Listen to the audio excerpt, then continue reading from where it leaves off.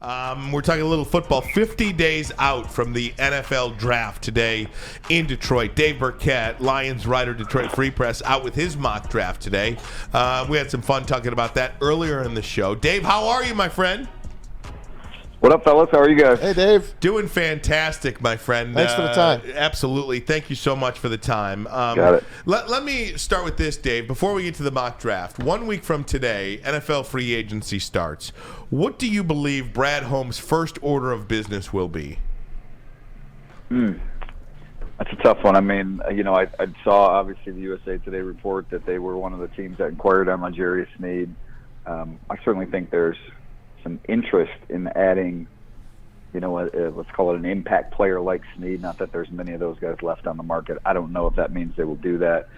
I've sort of been steered away from that thinking, and Brad hinted that they wouldn't. But they have enough cap room that you wouldn't rule it out. So let's just say that doesn't happen. I think it's ultimately, they got to get some help for that offensive line or re-sign one of their own guards, just because the line has been so important for the success of this team and the success of this offense. And I know that's not a sexy position like pass rusher or like cornerback, but you really look at what the Lions have done and why they've been so successful. The offensive line is a big reason why. And so you don't want to lose both Graham Glasgow and Jonah Jackson. And I do think they'll get one of those guys locked up.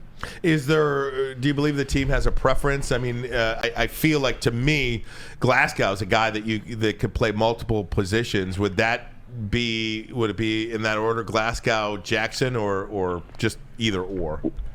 Well, I think, he's going to be cheaper too, and that's part of the equation, right? Like Taylor Decker's on his deal's expiring, so if you bring him back, he's going to need one new contract after this year.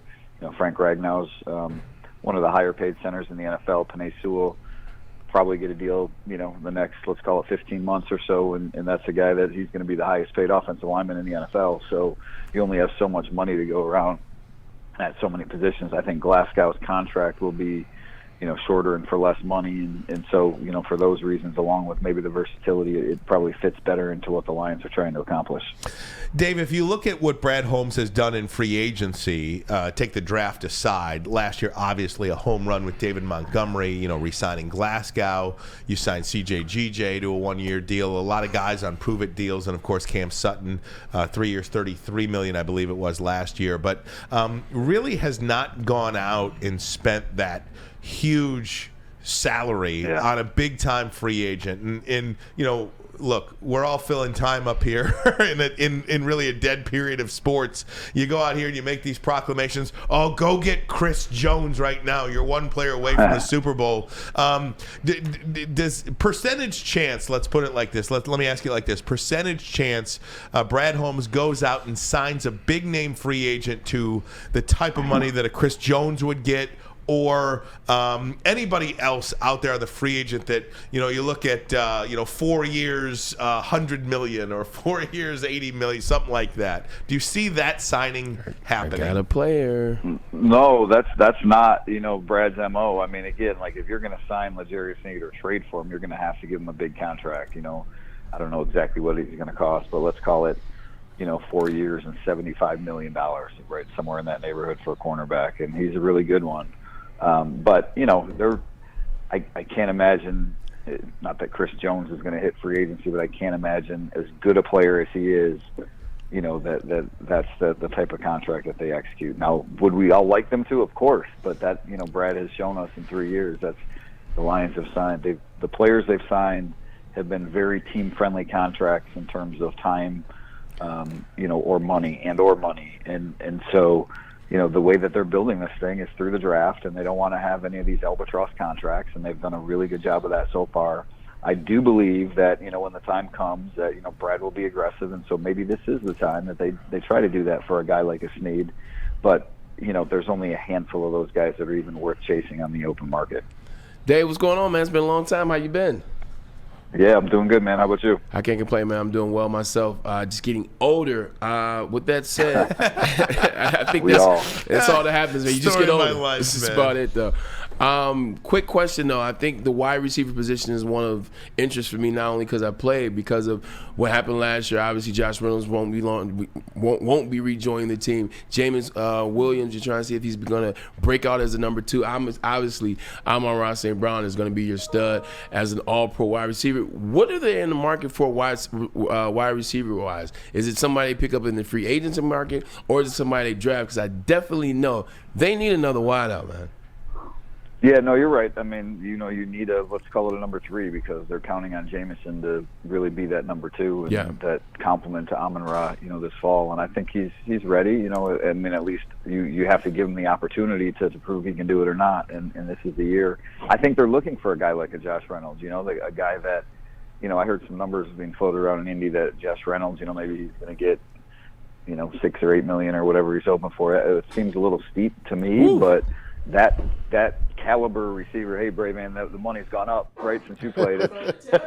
Hey, listen, I'm 227 for the first time in about 5 years. I might have 10 plays left, man. He's thinking about it. Red zone. Khalif Raymond. All right, let's think about it like this, right? That Khalif Raymond signed a deal last year with the Lions. I think it was a 2-year contract for $10.5 million.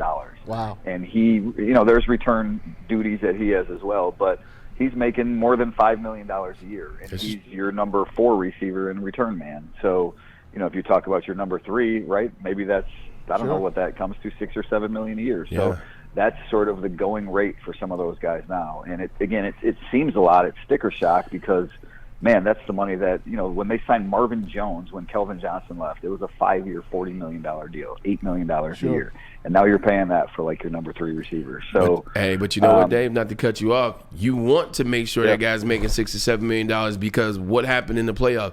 Josh Reynolds was put in key positions to make key plays for this team to get the Super Bowl, and it didn't happen. I think that's why you're putting that $6-7 million premium on the third guy, because those three options, they get the ball in big moments.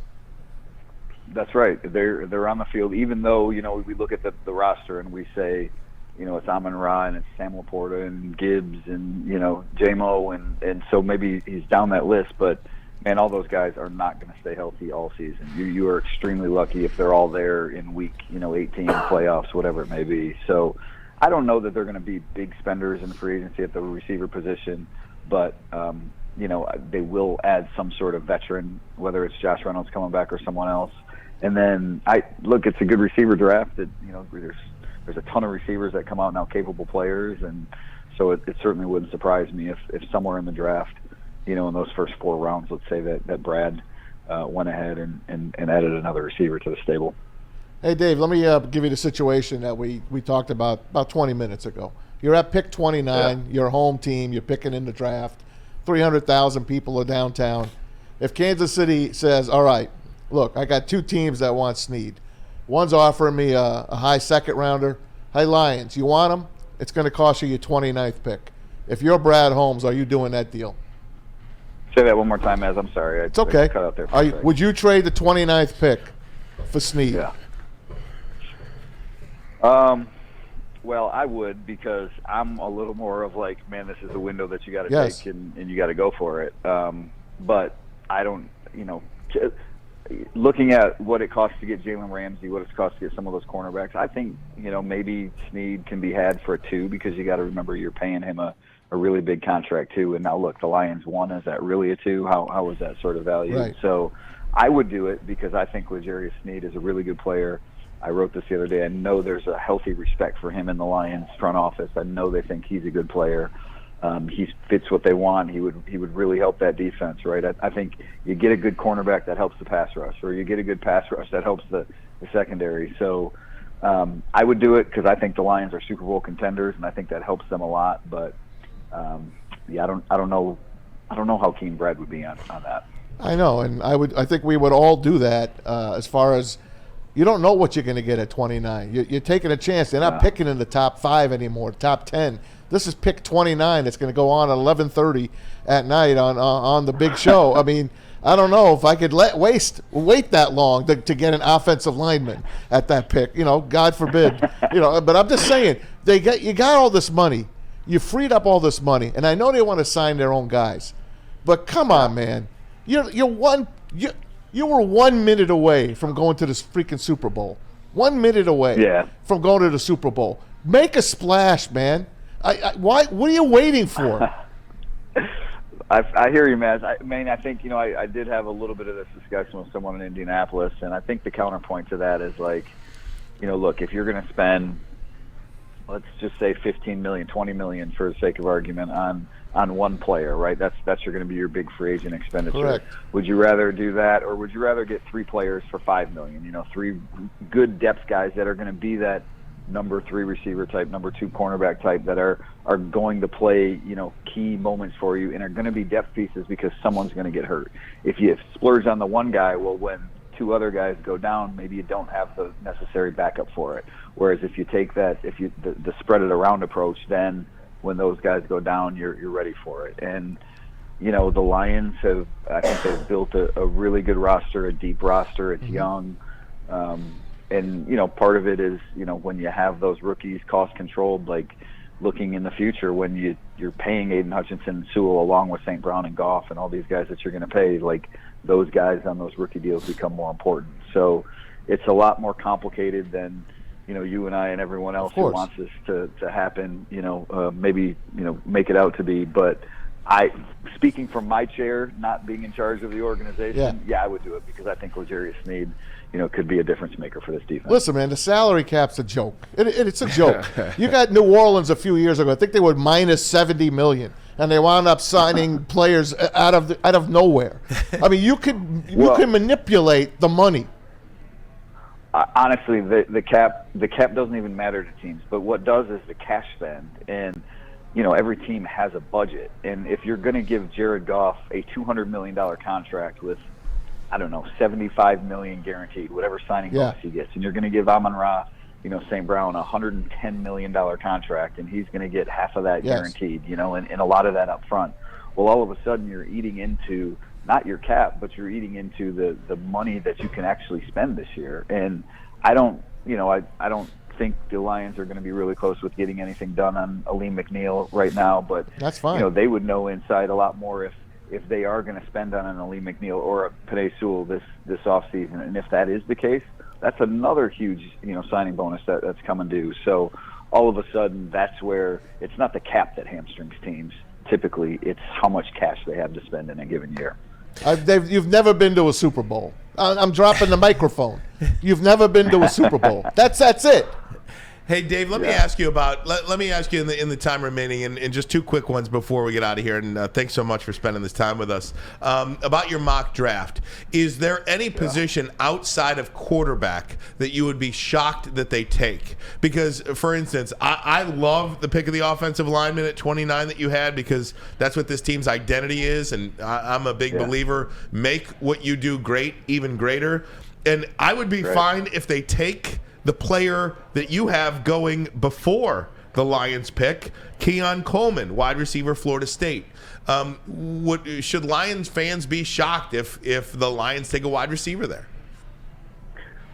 Maybe not a wide receiver because it's a good receiver draft, and there are going to be some guys there. But I think that's, and we all know, right, Brad, best player available, position doesn't matter. So maybe it does shake out that way. But I think there'll be a comparable talent at a more important position or a bigger position of need, someone like an offensive lineman, because it's a deep offensive line draft too, or maybe someone on the defensive line. So, again, just taking the cues from how Brad has built, like, I think, I would put my money into those, those little sections on the roulette, table there. If I was a betting man, like maybe it's going to be an offensive lineman or maybe it's going to be a defensive lineman. I don't see tight end or linebacker or some of these other positions, but I guess they surprised us last year by doing it. I do think receiver, just based on, the strength, maybe that could be in play.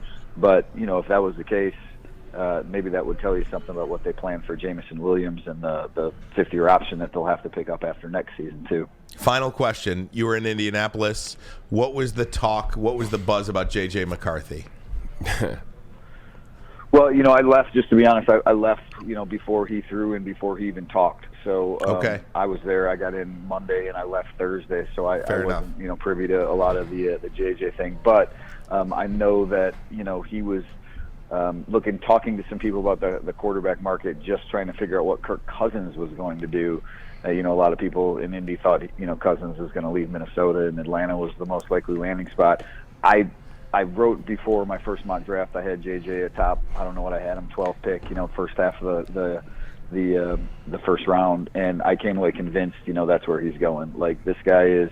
There's a host of quarterback needy teams from 8 to 14 or whatever it is, and he's not going to get out of that group, and maybe he even goes higher, because I'll tell you the one thing that he's done a lot of teams value, and that's win. And I know he's maybe not as, he doesn't have as much experience as some of those other guys up top, hasn't thrown as many passes, but he's won a lot of football games, and he's done it the smart way, not a lot of turnovers, taking some of the easy money passes, but yet he has the big arm, and he has the good athleticism to create plays on his own. So I do think JJ is pretty locked into that top half of the first round, and really it wouldn't surprise me if he kept climbing up draft boards as we get closer to the draft. Yeah, JJ definitely had the quote, the dynamite drop of the whole combine experience. If you ask me, they asked him about his stats. Say we don't focus on individual stats in Michigan. All we focus is on W's, and we had a whole lot of those. I love him. I don't want him anywhere near Minnesota. I don't want him anywhere near Minnesota. He's going to That's Minnesota. Where he's going to Minnesota. Dave, thanks so much, guys. That was a bar, as they say. Subscribe to the Free Press. Great content there. Freep.com. Dave Birkett. Thanks, Dave. We appreciate it, buddy.